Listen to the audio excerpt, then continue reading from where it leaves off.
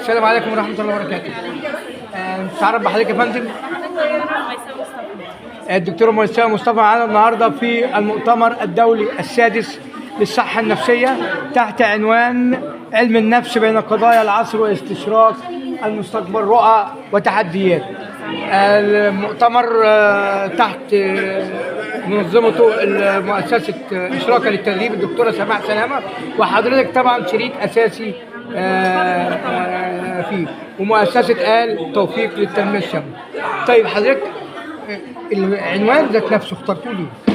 احنا اخترناه علشان حسينا ان مجال علم النفس ومجال الصحه النفسيه هو شيء اصلا محتاج تطوير، وهو فعلا خطه مستقبليه، وتطويره هيعمل فعلا هيكون سبب في استشراق للمستقبل وتطورات في الاجيال القادمه باذن الله. طيب دكتوره رميساء، احنا عرفنا ان حضرتك طبعا من تحت الترابيزه عرفنا الكلام دوت، او العصفوره قالت لنا، عرفنا ان حضرتك عامله كتاب ونازل في معرض الكتاب، ممكن نتعرف على نبذه كده؟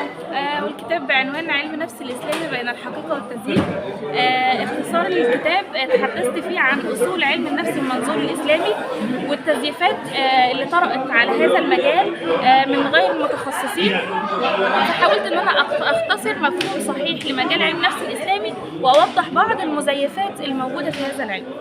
صراحة يعني عنوان جميل جدا، ويعني اختيار موفق للكتاب.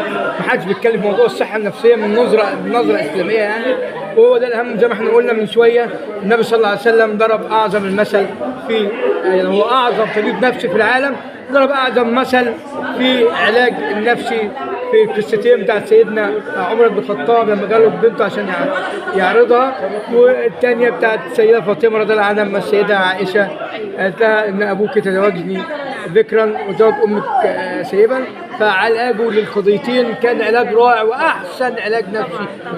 شكرا جزيلا الدكتورة ميساء مصطفى. كان معكم الدكتور مجد الناظر، راديو صوت الجيل وجريدة بوابة عجل. شكرا جزيلا.